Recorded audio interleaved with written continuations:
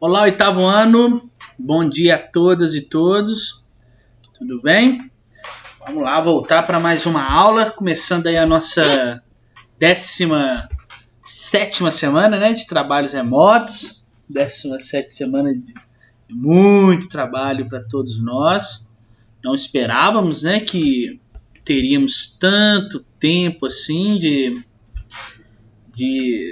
isolamento, que as aulas iam durar tanto tempo da forma remota, pelo menos eu acreditava que não. Eu pensei que seria algo rapidinho, que a gente ia ficar 2 semanas no máximo assim, mas não, né? Já temos aí bastante tempo. Mas seguimos firmes, todos nós, seguimos nos cuidando, né? Eu espero que vocês estejam. E hoje vou dar continuidade com vocês sobre o nosso tema de movimentos populacionais. Nós estamos estudando lá o capítulo 4, né, do volume 2, sobre a mobilidade da população urbana.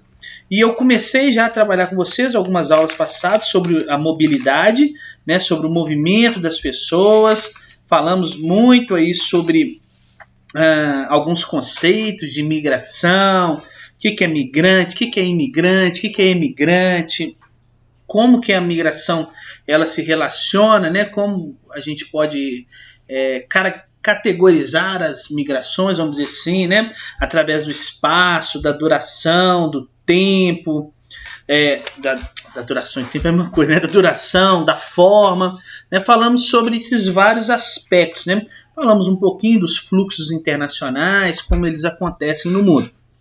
E hoje eu vou falar um pouquinho com vocês sobre as migrações internacionais. Vamos continuar abordando isso e vamos ver alguns dilemas aí que os migrantes encontram, que eles enfrentam, tá bom? Então, olha só, deixa essa imagem aí por enquanto de fundo.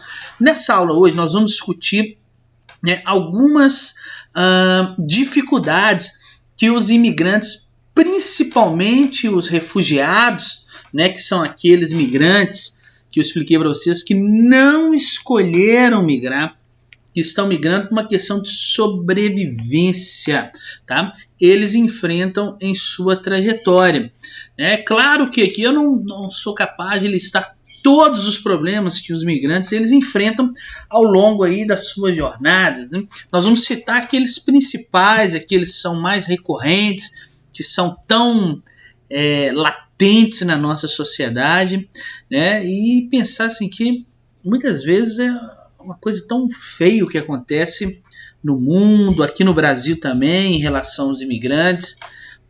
O tratamento, a tratativa deveria ser muito diferente do que nós temos hoje, né? E como primeiro aspecto que eu posso pensar aí sobre os problemas enfrentados pelos migrantes, né? Eu vou deixar isso aqui, migrações internacionais, né? E alguns problemas aqui do lado. O primeiro que eu posso citar aí é o próprio deslocamento, né, do migrante. Isso já é um problema para ele, ou seja, a travessia do migrante já apresenta riscos. O ato dele deslocar no espaço já apresenta uma série de riscos, porque nem todas as migrações elas vão acontecer, que você vai pegar um avião, por exemplo, você vai para outro país e vai tranquilinho, tudo beleza, você desce no aeroporto, tudo bonito e você migrou. A maioria das migrações não vão acontecer dessa forma, né?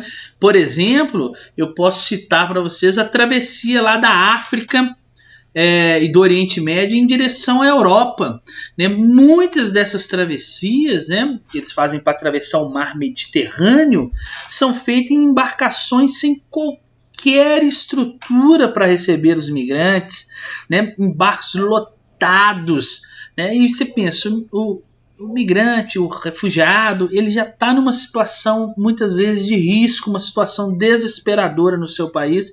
Então é claro que ele vai tentar, né, vai migrar daquela forma, que as pessoas podem se perguntar, mas quem escolheu entrar naquele barco foi ele, né? Às vezes não, né? Na grande maioria não foi uma escolha, foi a única opção, né, que se tem para as pessoas, porque é muito fácil nós falarmos daqui, né, do lado de cá, quando não precisamos realizar essa migração, mas a maioria delas foi sem qualquer escolha, então elas têm que enfrentar essas dificuldades na travessia.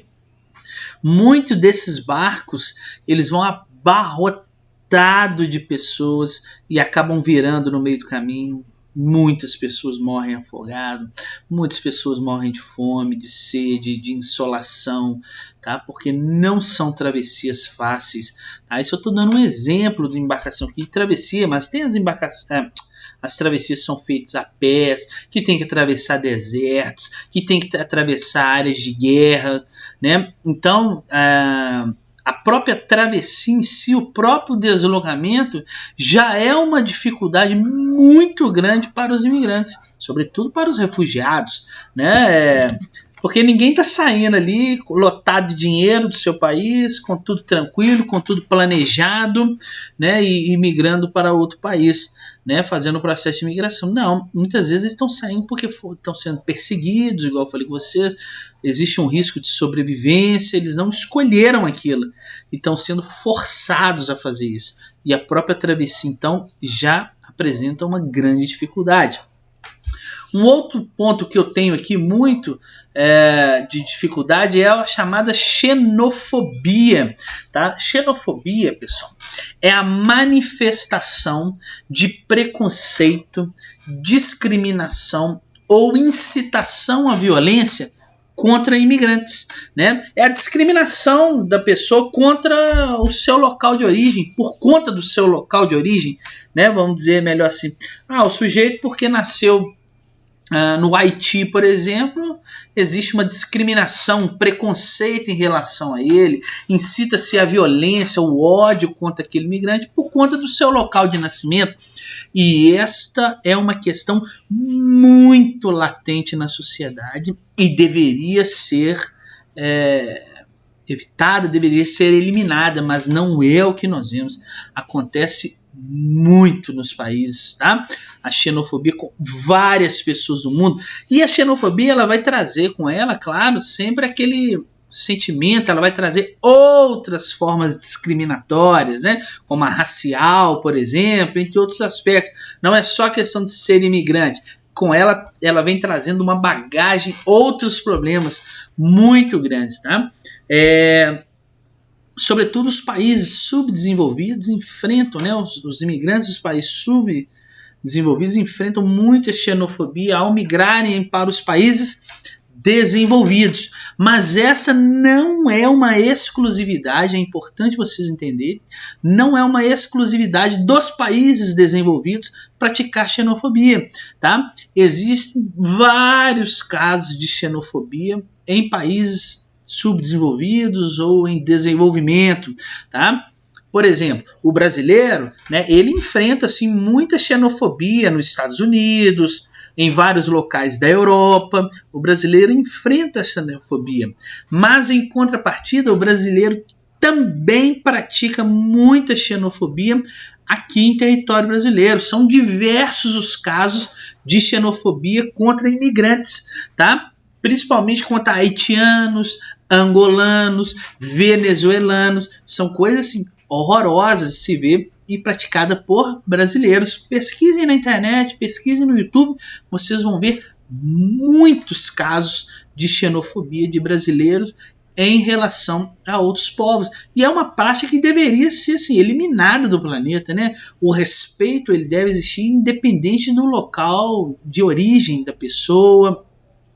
E dentro dessa questão da xenofobia, né, é importante eu até citar para vocês que existe uma relação muito grande com o que nós vivemos hoje, com a pandemia aí do coronavírus, né? Ele tem afetado diretamente as migrações internacionais, principalmente nessa questão xenofóbica, nessa questão da xenofobia.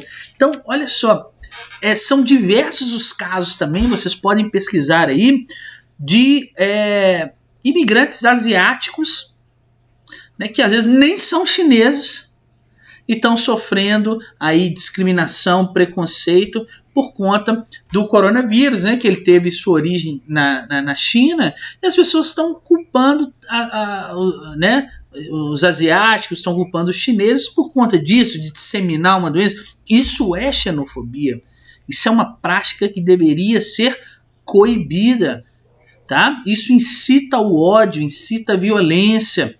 São diversos os casos disso. Nós tivemos até casos no Brasil em relação a isso, de pessoas importantes falando sobre isso, né? Incitando aí, de certa forma, o ódio em relação, né, a culpar os imigrantes chineses. Tem gente que está sofrendo discriminação que sequer pisou na China. Só o fato dele ser oriental, né, dele ser asiático, ele está sofrendo processos discriminatórios aí, por conta do coronavírus. É um exemplo claro da xenofobia. A própria pandemia do coronavírus, ela trouxe muitas questões para a sociedade aí, né? A questão da xenofobia, o fechamento de várias fronteiras do mundo em relação a outros países, não é verdade? O reforço a políticas anti-imigração de diversos países, não autorizando mais pessoas a migrarem para os seus países, alegando que elas vão levar doenças, vão disseminar doenças para os seus países. Olha na questão dos campos de refugiados, por exemplo, né? Naqueles campos de refugiados, onde as pessoas ficam aglomeradas, né? Porque não tem espaço, não tem onde colocar essas pessoas. Imagina como está sendo a relação do coronavírus com essas pessoas que estão aglomeradas em um campo refugiado e não tem como sair de lá, né? Olha como são questões que a gente deve tratar com muita cautela, né, na nossa sociedade. Bom, vamos lá. Outro problema que nós temos aí das migrações internacionais são os migrantes não regulamentados, são aqueles que eu chamei para vocês de indocumentados, né? Que são o quê? Aqueles que não possuem, né, a autorização formal para a entrada ou permanência no local de destino. Ou seja, ele vai ficar, ele vai permanecer, ele vai entrar de forma ilegal naquele país. E isso é um problema muito grande para os migrantes que não estão regulamentados. Uma vez que ele não está regulamentado, ele não faz parte do sistema, né? Então ele vai ter dificuldades com a questão de documentação, ele vai ter dificuldades para matricular uma escola, dificuldades para conseguir um emprego, dificuldades para ser tratado no sistema de saúde, tá? Então, por conta, né, dos migrantes que não estão regulamentados, é como se eles estão ali de forma ilegal, não deveriam e não poderiam. É uma dificuldade dos migrantes. Muitos migrantes, tá, eles entram no país de forma legal, né, por exemplo, com um visto de turismo, e permanecem nesse país de forma ilegal, mesmo depois que o seu visto, o seu período autorizado ali de ficar vence, elas continuam naquele país. É um dos casos mais comuns que tem, né, de brasileiros indo para os Estados Unidos. Tira o visto aqui no Brasil para turismo e migram para os Estados Unidos, né, como se fosse fazer turismo e por lá permanece. Estão não regulamentados, tá? Uma outra dificuldade, um outro grande problema enfrentado pelas migrações internacionais, pelos migrantes, são as próprias barreiras contra a imigração. E essas barreiras, eu estou falando de aspectos físicos, como muros, fronteiras controladas, cercas, né? Por exemplo, entre os Estados Unidos e o México, vários pontos da fronteira entre os Estados Unidos e o México, existe um muro para barrar a entrada dessas pessoas. E isso, né, esses muros que são desenvolvidos são outra prática que deveria ser coibida também, né, de você coibir, né, a travessia das pessoas. Migrar é um ato, é um direito de todo ser humano, né? E as barreiras, né, elas por si só, elas se apresentam como grandes dificuldades aí, tá? E eu tenho, por fim, né, não são todos, eu estou citando alguns casos, a exploração do trabalho do migrante, né? Geralmente, os migrantes, eles ocupam trabalhos informais e de remuneração inferior ao dos trabalhadores nacionais ou das pessoas locais, tá? Porque ou eles estão sem documentos, ou né, eles são migrantes não regulamentados, ou muitas vezes por práticas de xenofobia. O imigrante, ele não concorre de forma igualitária na questão do trabalho, na questão salarial, com a população local, com o nativo, tá? Essa falta de documentação, por exemplo, ela acaba favorecendo o quê? Os subempregos, são aqueles empregos, né, quase que às vezes beiram a escravidão em alguns lugares. Tá? No Brasil, por exemplo, é muito comum isso acontecer, a prática, né, dessa exploração do trabalho de brasileiros com bolivianos que saem do seu país, que está numa crise econômica, uma crise financeira, por perseguição, vêm tentar uma nova vida no Brasil e aqui são explorados por haitianos, né? Enfim, existe uma exploração do trabalho, tá? Geralmente essas pessoas ocupam trabalhos informais, a remuneração sempre vai ser mais baixa do que dos trabalhadores nacionais. Legal? Vamos ver mais aqui, ó. Olha só, é claro que toda migração, seja ela de entrada, seja ela de saída, né, ela vai trazer consequências, tá? E eu coloquei aqui esse organograma para vocês. De um lado, as consequências para os países de emigração, ou seja, aqueles países que estão saindo os imigrantes, e deste lado para os países de imigração, aqueles que estão recebendo os países. Quais são as consequências para esses países? Olha primeiro aqui para os países de emigração, que são aqueles que estão, os migrantes estão saindo dele. Para esse país, geralmente vocês têm que lembrar que a maioria das pessoas que migram são jovens. Tá? O maior processo migratório, né, a maior faixa etária migratória são de jovens. Então, quando esses jovens e adultos, né, o jovem está se tornando adulto, ele sai de um país, o que o país está perdendo aqui? Mão de obra. Está perdendo população que vai trabalhar, que vai gerar renda. Tá? Existe também, né, uma redução do mercado consumidor, são menos pessoas para consumir produtos no país. Mas um fator interessante para os países é isso aqui, ó, a recepção de remessas financeiras. Por quê? É uma prática muito comum dos migrantes, quando eles vão para outros países, ele vai sozinho, ele vai acompanhado com uma pessoa, mas a família dele fica aqui, né? No Brasil, por exemplo. Então ele migra para os Estados Unidos, ele começa a trabalhar lá, e o dinheiro que ele vai ganhando, ele faz uma remessa desse dinheiro para o Brasil, como forma de poupança, para adquirir imóveis, esse tipo de coisa. Então existe uma remessa, uma recepção do país de imigração desse dinheiro do migrante. Tá? É claro que isso acontece em menor escala, mas é uma prática muito comum. Tá bom? Bom, e para os países de imigração, que são aqueles que o migrante está entrando, existe, ó, como uma consequência, a reposição da população economicamente ativa, ou seja, aquela população, né, que vai representar uma mão de obra. Isso é muito comum em vários países europeus que passaram já por toda aquela transição demográfica que eu falei com vocês, né, e hoje eles têm uma reduzida mão de obra, já que a sua população ela se tornou idosa. Como eles estão tendo poucos filhos, vai faltar população economicamente ativa. Então, o migrante ele acaba repondo essa PEA, essa população economicamente ativa. Para o país de imigração, existe como consequência a multiplicidade cultural, ou seja, o migrante ele traz a sua identidade cultural, ele traz a sua característica cultural, e essa característica cultural ela é incorporada na cultura local. E isso é muito bom para o país, tá? Trazer uma multiplicidade cultural, como é o caso do Brasil, como é o caso dos Estados Unidos. Por exemplo, os Estados Unidos é um país de origem e de colonização anglo-saxônica, mas tem forte influência cultural latina, devido à presença de vários migrantes de países latinos, do México, Brasil, Paraguai, Argentina, Chile, Peru, Equador, Honduras, Guatemala, El Salvador, vários países dele, né, da América Latina, mandam migrantes para os Estados Unidos, aumentando a multiplicidade cultural daquele local. E, por fim, eu tenho as dificuldades para a integração e assistência a imigrantes.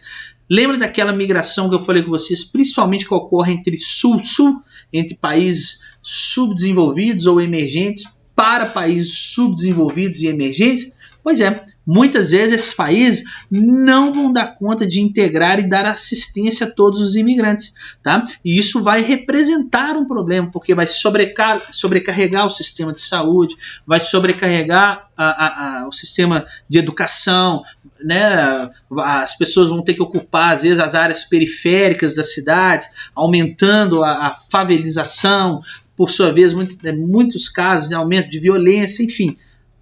Os países não vão conseguir absorver toda essa mão de obra. Legal? Então, pessoal, olha aqui, eu coloquei algumas imagens aqui agora para a gente ver, né, alguns desafios imigrantes. Olha um dos barcos que eu falei com vocês na travessia do Mediterrâneo, um barco lotado. Esse aqui tem até uns espaços vazios aqui ainda, mas geralmente não é assim não. E olha, sem qualquer proteção, as pessoas aqui abarrotadas, empilhadas uma na outra, e geralmente essas embarcações são antigas, não são feitas para comportar esse número de pessoas aqui, e elas acabam virando, tá? Muitas pessoas morrem com isso. Eu tenho aqui, olha, um desafio muro, esse aqui entre os Estados Unidos e o México, tá? Aqui uma parte do muro, o presidente, até o Donald Trump, ele como proposta de governo, ele tem tentado insistentemente construir mais partes desse muro, reforçar o muro entre o México, tá? Mas como são obras muito caras, obras muito grandes, ele ainda tem encontrado uma certa dificuldade em elaborar essas obras. Eu tenho vários migrantes aqui, no caso, né, que migram para determinados locais e, como eu falei, não tem local para habitar, não tem lugar para morar, vão ter que morar na rua. Tá? Esse é o caso muito de venezuelanos que vêm para o Brasil, tá? E ocupam lá principalmente o estado de Roraima. Se não me falha a memória, deixa eu ver no meu mapa aqui. Roraima, isso mesmo. Principalmente o estado de Roraima.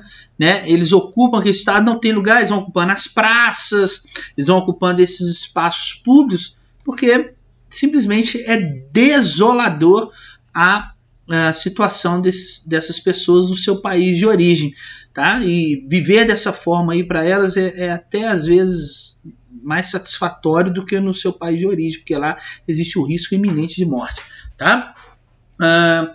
Aí algumas migrações também na questão da África, estão vendo aí, né? Uma migração aí por uma área que parece ser um pouco desértica, né? Não são migrações fáceis, muitos jovens, muitas crianças, às vezes muitas pessoas feridas, porque estão saindo de zonas de guerra, saindo de zonas aí de perseguições, tá? Então não é algo fácil. E aqui uma imagem para simbolizar, né, o grande problema que a gente vive hoje das migrações internacionais em relação ao coronavírus, tá? Todos aqueles problemas xenofóbicos que eu expliquei para vocês. Então, meus amigos, eu espero que vocês tenham gostado da aula de hoje, tá? Qualquer dúvida eu estou à disposição de vocês e encontro com vocês durante a live para a gente discutir mais aspectos aí dos movimentos populacionais. Um grande abraço a todos e até a próxima aula.